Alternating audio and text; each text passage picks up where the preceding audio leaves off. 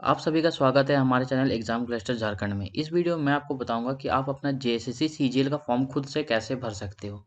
तो इस वीडियो में मैं स्टेप बाय स्टेप आपको दिखाते चलूंगा फॉर्म कैसे भरना है। तो चलिए अब हम देखते हैं कैसे इसे भरना है। तो सबसे पहले आप लोगों को गूगल खोल लेना है, उसमें आपको सर्च करना है जेएसएससी और आपको सर्च पे क्लिक कर देना है, इंटर क्लिक कर देना है। उसके बाद देखिए यहाँ पे सबसे पहला वेबसाइट आ गया, झारखंड स्टाफ सिलेक्शन कमीशन। इस पर आपको क्लिक कर देना है। फिर उनका जो वेबसाइट है Jharkhand staff selection commission JSSC का, ये ऐसा खुल जाएगा। यहाँ पे देखिए एप्लीकेशन फॉर्म अप्लाई है, यहाँ पे आप क्लिक कर दीजिए, या तो यहाँ नीचे में भी नोटिफिकेशन आपको मिल जाएगा। तो सबसे आसान यहीं पे है, यहाँ पे आपको क्लिक कर देना है। उसके बाद यहाँ क्लिक करने के बाद यहाँ पर आप देख सकते हो online application form for JGGLCCE 2021, मतलब यही है, यही जेएसएससी सीजीएल का यही वाला है। इसमें आपको अप्लाई नाउ पे क्लिक कर देना है, फिर आ जाएगा ओके। उसके बाद फिर आपका ये खुल गया। अब यहाँ पे देखिए ऐसा खुल गया। अब यहाँ पे आप देख सकते हो डाउनलोड ब्रोशर, मतलब इसमें आपका नोटिस जो है वो डाउनलोड हो जाएगा। अगर आपको नोटिस में कुछ देखना है तो आप यहाँ से देख सकते हो। न्यू रजिस्ट्रेशन यहाँ से, अगर आपने रजिस्ट्रेशन कर लिया है तो लॉगिन आपको यहाँ से करना है। तो आगे चल के ऐसे देखते चलते हैं, ठीक। अब चलिए सबसे पहले अब हम देखते हैं यहाँ से कि अब फॉर्म कैसे भरना है। तो यहाँ पे सबसे पहले आपको न्यू रजिस्ट्रेशन पे क्लिक करना है। जैसे आप न्यू रजिस्ट्रेशन पे क्लिक करिएगा उसके बाद ये वाला आपका विंडो आ जाएगा। अब जैसे ही ये वाला आपका विंडो खुलता है, इसमें आपको बहुत सारे ऑप्शंस दिखते हैं। अब इसी से आपको फॉर्म भरना शुरू करना है। तो चलिए अब लाइन बाय लाइन देखते हैं। सबसे पहला पॉइंट है कि क्या आपने 2019 वाला जेएसएससी सीजीएल भरा था। तो आपने अगर भरा था तो यस कर दीजिए, अगर नहीं भरा था तो नो कर दीजिए।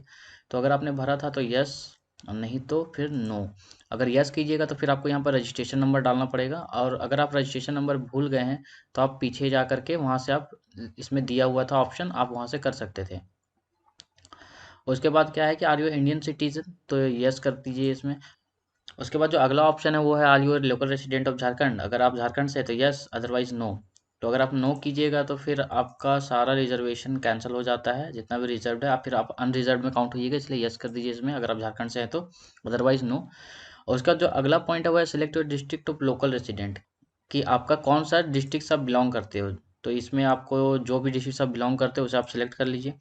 उसके बाद फिर क्या है कि यहाँ पे देखिए certificate number of your local resident, मतलब कि आपका रेसिडेंट सर्टिफिकेट है उसका आपको सर्टिफिकेट नंबर यहाँ पे डालना है। और उसके बाद जो सर्टिफिकेट जिसने इशू किया है, जैसे कि डीसी एचडीओ सीओ, उसका यहाँ पे आपको डालना है। और उसके बाद यहाँ पे date of issue of your certificate of local resident, मतलब जब आपका जो लोकल रेसिडेंट सर्टिफिकेट का जो इशू डेट है कि किस दिन पे वो इशू हुआ था, किस दिन पे वो बना था, कंप्लीट हुआ था, तो उस दिन का डेट आपको यहाँ पे डालना है इस कैलेंडर के हेल्प से, ठीक। तो वो भी आप यहाँ पे डाल लीजिएगा। उसके बाद फिर आपको यहाँ पे देखिए matriculation intermediate from affiliated college, मतलब कि क्या आपने मैट्रिक और इंटर जहाँ से किया है वो झारखंड के अंदर है या झारखंड के बाहर से आपने किया है, मतलब झारखंड के अलावा किसी दूसरे जगह से किया है। तो अगर आपने झारखंड में रह करके मैट्रिकुलेशन और इंटरमीडिएट किया है तो यस कर दीजिए, अदरवाइज इसमें नो कर दीजिए। देखिए ये वाला पॉइंट बहुत ही इंपॉर्टेंट है अनरिजर्व कैटेगरी के लिए, क्योंकि आपको पता होगा कि ये 10+12 वाला जो रूल है इसमें क्या है कि या तो आपके पास रेसिडेंट सर्टिफिकेट होना चाहिए, या तो आप 10th+12 आपको झारखंड से करना पड़ेगा। तो अगर आपके पास रेसिडेंट सर्टिफिकेट है यूआर कैटेगरी से, अनरिजर्व कैटेगरी से, तब तो ठीक है। अदरवाइज अगर आपके पास रेसिडेंट सर्टिफिकेट नहीं है तो आपको यहाँ पे समझिए यस करना ही पड़ेगा, तभी ये फॉर्म आपको फिलअप करने देंगे। उसके बाद फिर आगे है knowledge of local custom language, तो इसमें भी आप यस कर दीजिए। उसके बाद है रिजर्व्ड कैटेगरी की, रिजर्वेशन कैटेगरी आप किस कैटेगरी से बिलोंग करते हैं, you are, EWS, EBC, BC2, ऐसे करके। अब एक चीज़ गौर कीजिए कि यहाँ पर आपको 3 पॉइंट दिख रहा है, ये वाला सर्टिफिकेट नंबर से लेकर के यहाँ पे date of issue of certificate. उसके बाद देखिए ये जो तीनों पॉइंट है, ये तीनों को भरना कंपलसरी है, यूआर को छोड़ करके। अनरिजर्व कैटेगरी वालों को छोड़ करके बाकी जितने भी EWS, EBC1, BC2, SC ST, इनको ये वाला तीनों कॉलम भरना कंपलसरी है, तभी ये फॉर्म आगे फिलअप कर पाएंगे, ठीक। क्योंकि यहाँ पर देखिए कि स्टार मार्क नहीं लगा हुआ है, ये रेड कलर वाला स्टार इसमें नहीं लगा हुआ है, इसका ये मतलब नहीं कि आपको ये नहीं भरना है। तो आपको ये तीनों पॉइंट्स भरना कंपलसरी है, ये वाला और आपका ये वाला, तीनों पॉइंट भरना आपको कंपलसरी है। उसके बाद फिर हम आगे देखते हैं, do you belong to primitive tribe. तो प्रिमिटिव ट्राइब में केवल ST कैटेगरी में केवल 8 जो ट्राइब्स होते हैं, जो आपको यहाँ पर लिस्ट दिख रहा होगा, इनमें से अगर आप हैं तो इसको सिलेक्ट कर लीजिएगा और यहाँ पर यस कर दीजिएगा, अदरवाइज यहाँ नो कर दीजिएगा। उसके बाद अगला क्या है कि EBC1, BC2, BC3 अब कास्ट सर्टिफिकेट, आपको यहाँ पे कास्ट सर्टिफिकेट का सर्टिफिकेट नंबर डालना है। और उसके बाद फिर आपका कास्ट सर्टिफिकेट किसने इशू किया है, DC, SDO या CO, ये आपको यहाँ पे डालना है। उसके बाद फिर आपको यहाँ पे आपका कास्ट सर्टिफिकेट किस दिन इशू हुआ था, date of issue of your caste certificate, वो आपको यहाँ पे डालना है इस कैलेंडर के हेल्प से। इतना हो जाएगा। उसके बाद फिर आगे चल के आपको यहाँ पे डालना और ये भी देखिए कि कास्ट सर्टिफिकेट का ये जो 3 कॉलम है ये भी आपको भरना कंपलसरी है अगर आप अनरिजर्व कैटेगरी से नहीं हो तो। समझ में आया? उसके बाद फिर अगला देखिए क्या है, are you person with minimum disability, मतलब अगर आप विकलांग हो 40% या उससे ज़्यादा तो आपको यहाँ यस करना है, अदरवाइज नो कर देना है। तो उसके बाद फिर देखिए अगर आप यस करते तो यहाँ पर आपको मेडिकल बोर्ड का जो सर्टिफिकेट नंबर है वो डालना होता है, फिर W certificate date of issue डालना पड़ता है यहाँ पे। फिर उसका था कि आप are you an ex serviceman, मतलब आपने पहले कभी भी जॉब किया है गवर्नमेंट के अंडर में। तो अगर अभी आप कर रहे हो या पहले आपने कभी किया था तो यस और नो, तो मतलब कि अगर आपने किया था तो यस और अगर आप नहीं है तो नो। उसके बाद अगर यस करते तब यहाँ पर देखिए कि एक्सपीरियंस इन डिफेंस, डिफेंस में अगर थे तो कितने साल का एक्सपीरियंस है वो डालना था, एक सर्विसमैन सर्टिफिकेट नंबर डालना था और एक serviceman certificate date of issue भी डालना था यहाँ पे। अगर आप नहीं है तो वहाँ आपका ये जो ब्लैंक हो जाएगा ऐसे। उसके बाद देखिए कि अगला due claim reservation under sports quota, तो जो लोग स्पोर्ट्स से रिलेटेड है उनके लिए कि अगर आपको स्पोर्ट्स कोटा चाहिए तो आपको यहाँ पे यस और नो करना है। यस तभी कीजिएगा जब आपके पास सारे सर्टिफिकेट्स वगैरह हों, तो यहाँ पर हम नो कर देते हैं। उसके बाद है नेम ऑफ एप्लीकेंट, एप्लीकेंट का यहाँ पर नाम डाल देना है जो नाम है वो। उसके बाद फिर यहाँ पे जेंडर मेल फीमेल अदर, यहाँ पर वो डाल दीजिए। आपको यहाँ पे अपना मोबाइल नंबर डालना है क्योंकि ये बहुत ही कंपलसरी है, क्योंकि जो आपके मोबाइल नंबर पे आपका ये आएगा रजिस्ट्रेशन नंबर, मतलब एप्लीकेशन नंबर और पासवर्ड आएगा लॉगिन करने के लिए। तो वही मोबाइल नंबर फिर से यहाँ पर डालना है, कंफर्म कर दीजिए उसको। और उसका ईमेल आईडी भी ज़रूर अच्छा डालिएगा जिसको आप लॉगिन कर सकते हो, क्योंकि ईमेल आईडी में भी आपका एप्लीकेशन नंबर और पासवर्ड आएगा। और उसके बाद फिर ईमेल आईडी यहाँ पर फिर से आप उसी ईमेल आईडी को डाल दीजिए। उसके बाद फिर यहाँ पे आपको अपना डेट ऑफ बर्थ डाल देना है, डेट ऑफ बर्थ यहाँ पे डाल दीजिएगा कैलेंडर की हेल्प से। उसके बाद फिर आपको यहाँ पे कैप्चा फिल करना है ये वाला। उसके बाद ये कैप्चा फिल कर दीजिएगा। उसके बाद फिर आपको सबमिट एंड कंटिन्यू पे यहाँ पे क्लिक कर देना है। जैसे ही सबमिट एंड कंटिन्यू पे क्लिक कीजिएगा तो फिर आगे एक नया विंडो खुलेगा, मतलब आगे एक नया पेज खुलेगा। अब मैं अपना फॉर्म भरता हूँ और अगले पेज पे आपको लेके चलता हूँ। जैसे ही आप कंफर्म एंड सबमिट पे क्लिक करते तो आपके सामने फिर से ये ऐसा पेज खुल जाता, सेम पेज जिसमें आपने जो भी इन्फॉर्मेशन भरा है वो सारा कुछ आपको दिखाता है इसमें, और आप इसमें फिर से चेक कर सकते हैं कुछ गलत तो नहीं है।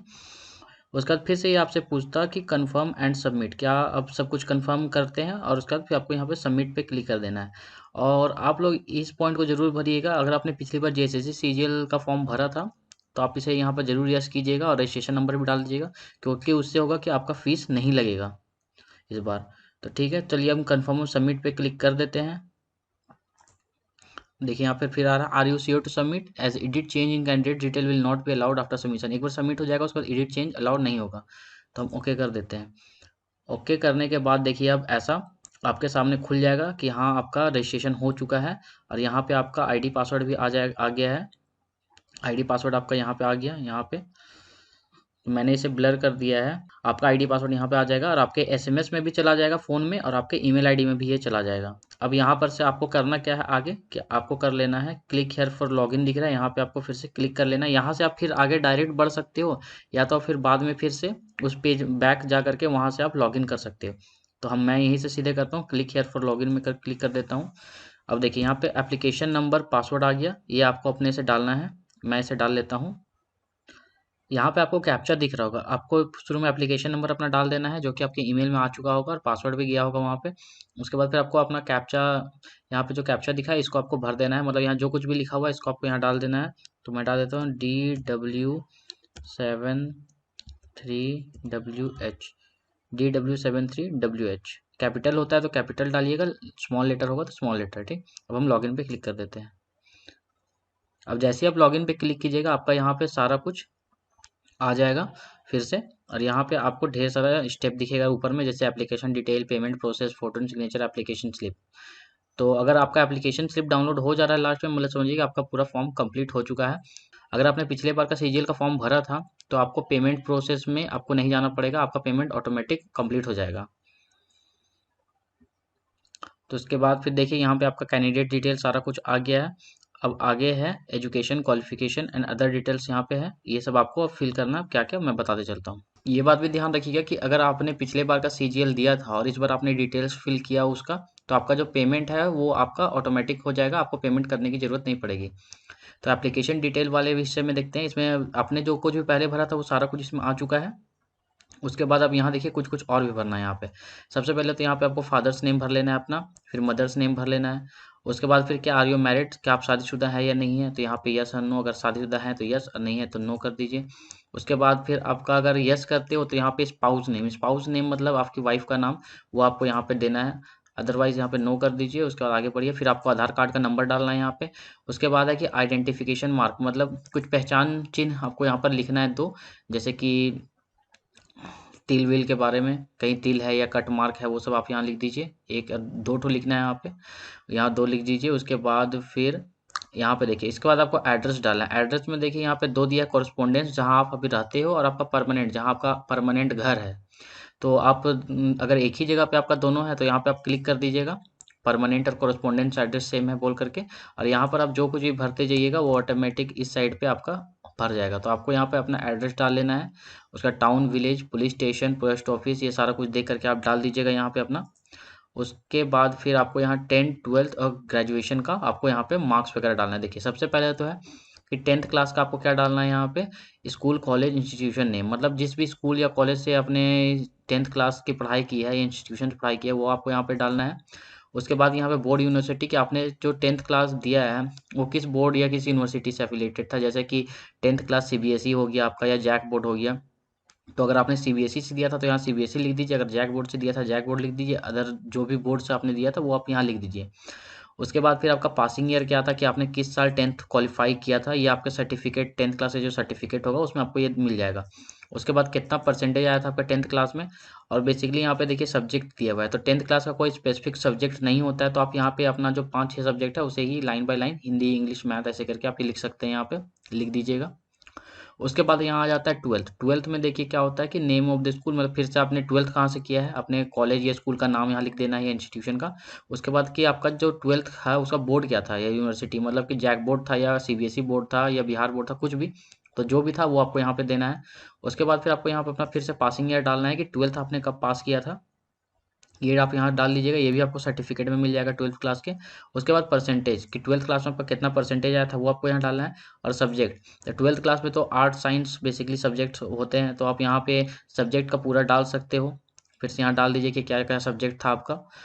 उसके बाद फिर यहाँ पे क्या है, ग्रेजुएशन और इक्विवेलेंट की ग्रेजुएशन या उससे इक्विवेलेंट कोई दूसरा कोर्स किया है जैसे कि इंजीनियरिंग वगैरह, तो उसका डिटेल्स फिल करना है। तो यहाँ पे आपने ग्रेजुएशन कहाँ से किया है, स्कूल कॉलेज या इंस्टीट्यूशन, उसका नाम डालना है आपको। उसके बाद आपने ग्रेजुएशन किस यूनिवर्सिटी से किया था, जैसे कि झारखंड में है कि आप रांची यूनिवर्सिटी हो गया, बिनोवा यूनिवर्सिटी हो गया, तो किस यूनिवर्सिटी से आपने किया है वो आपको यहाँ पे डालना है। उसके बाद पासिंग ईयर फिर से कि आपका ग्रेजुएशन आप कब पास आउट हुए हो, तो ये भी आपको ग्रेजुएशन का जो फाइनल मार्कशीट होगा उसमें आपको ये मिल जाएगा। उसके बाद परसेंटेज डाल देना है ग्रेजुएशन का, मतलब टोटल ग्रेजुएशन का जो फाइनल जो आपका आता है मार्कशीट उसमें आपका परसेंटेज दिया होता है टोटल ग्रेजुएशन का, तो उसको भर देना है आपको। उसके बाद फिर यहाँ पे आपको सब्जेक्ट डाल देना है कि ग्रेजुएशन में आपका क्या सब्जेक्ट था, वो आपको यहाँ पे डाल देना है। उसके बाद फिर यहाँ पे देखिए, अब देखिए सब्जेक्ट में बेसिकली यहाँ पर कुछ स्पेसिफिक लिखा हुआ नहीं हुआ है कि आपको क्या सब्जेक्ट भरना है, मतलब स्ट्रीम के बारे में लिखना है, जैसे कि 12th क्लास में या तो आप साइंस स्ट्रीम लिख दीजिए, आर्ट्स स्ट्रीम लिख दीजिए, या तो साइंस स्ट्रीम के अंदर में जो आपका 5-6 सब्जेक्ट था उसके बारे में आप यहाँ लिख सकते हैं। उसी तरह से ग्रेजुएशन में भी आप B Com, physics honours, maths honours ऐसे लिख सकते हो, या आप ट्वेल्थ में देखिए आप सब्जेक्ट वाइज लिख सकते हो कि आपके पास 5-6 सब्जेक्ट था वो आप यहाँ लिख सकते हो। बट ग्रेजुएशन में आपको पता है कि सब्जेक्ट्स बहुत ज़्यादा होते हैं, तो यहाँ पे आप सिंपली बीकॉम है आपका, बैचलर ऑफ कॉमर्स है, चाहे आपका बैचलर ऑफ साइंस है जो है, या बैचलर ऑफ आर्ट्स है, वो आप यहाँ लिख दीजिए, बीए बीकॉम बीएससी ऐसे करके जो है यहाँ लिख दीजिएगा, ठीक। उसके बाद देखिए यहाँ पे पोस्ट प्रेफरेंस डालना है कि आप कौन सा पोस्ट को पहले रखना चाहते हो। तो देखिए जब कट ऑफ लिस्ट निकलेगा और उसके बाद फिर जब आपका मेरिट लिस्ट बनेगा तो उसमें ये बहुत ही इंपॉर्टेंट होगा, तो इसलिए ध्यान से चुनिएगा इसे कि किस पोस्ट को आप ऊपर रखना चाहते हो, किस पोस्ट को बाद में। तो यहाँ पर आपको 4 पोस्ट प्रेफरेंस, मतलब 4 बार, मतलब यहाँ पे आपको पोस्ट प्रेफरेंस मतलब प्रेफरेंस के हिसाब से कि आप पहले किसे रखना चाहते हो, फर्स्ट में, सेकंड में, थर्ड में, फोर्थ में, ऐसे करके आपको 4 यहाँ भर देना है। उसके बाद फिर लास्ट जो ऑप्शन है वो है कि आपको लैंग्वेज चूज करना है कि आप कौन सा एक आपको लैंग्वेज लेना था। तो लैंग्वेज लिस्ट देख सकते हैं, उर्दू, संथाली, बांग्ला, मुंडारी, हो, खड़िया, कुड़ुक, कुरमाली, खोरठा, नागपुरी, पंच परगनिया, उड़िया, इतना लैंग्वेज में से आपको एक लेना है। इसमें से आपको एक लेना कंपलसरी भी है, आप ये लीजिएगा। उसके बाद मान लीजिए फिर आपको यहाँ पे सबमिट पे क्लिक कर देना है। इतना करने के बाद जब आप सबमिट पे क्लिक करिएगा उसके बाद क्या आता है वो मैं आपको अब दिखाता हूँ। अब देखिए आपने सारा डिटेल्स अपना इसमें जब भर लेंगे आप, उसके बाद फिर आपको यहाँ पे सबमिट पे क्लिक करना है। जैसे सबमिट पे क्लिक कीजिएगा फिर यहाँ पे आ जाएगा are you sure to submit as edit change in registration will not be allowed after submission. तो यहाँ पे आपको कर देना है ओके। और जैसे ही आप इसमें ओके कर दीजिएगा, उसके बाद फिर आपका अगला जो आएगा वो ऐसा दिखेगा आपको, एप्लीकेशन डिटेल्स ग्रीन हो जाएगा, उसके बाद payment process, photo and signature and application slip आ जाएगा। उसके बाद ये सारा डिटेल्स आपका यहाँ पे भरा हुआ आ जाएगा, जो कुछ भी आपने भरा है। उसके बाद फिर आपको यहाँ पे दिखेगा प्रोसीड फॉर पेमेंट, मतलब ये सारा प्रोसेस आपका कंप्लीट हो चुका है। अब आपको पेमेंट प्रोसेस पे जाना पड़ेगा। बट जैसा कि मैंने आपको बताया था वीडियो के शुरू में ही कि पेमेंट करने के लिए एक दिन आपको रुकना पड़ेगा। तो मैं अगर पेमेंट प्रोसीड पे अगर क्लिक भी करूंगा तो क्या लिखा जाएगा, you are requested to pay your examination fee after 24 hours of submission of online application form and re log in there after for further details and upload of your photo signature. मतलब इसके बाद 24 घंटे के बाद आपको फिर से log in करना है, और उसके बाद फिर आपको पेमेंट प्रोसेस करना होगा, उसका फिर फोटो एंड सिग्नेचर करना होगा, डालना होगा, उसका फिर एप्लीकेशन स्लिप आपका डाउनलोड हो जाएगा। मैं पेमेंट प्रोसेस का वीडियो आगे आपको बताऊंगा, जब पेमेंट मैं करूंगा तो उसका वीडियो मैं इसमें डाल दूंगा। तो चलिए आज की इस वीडियो में बस इतना ही।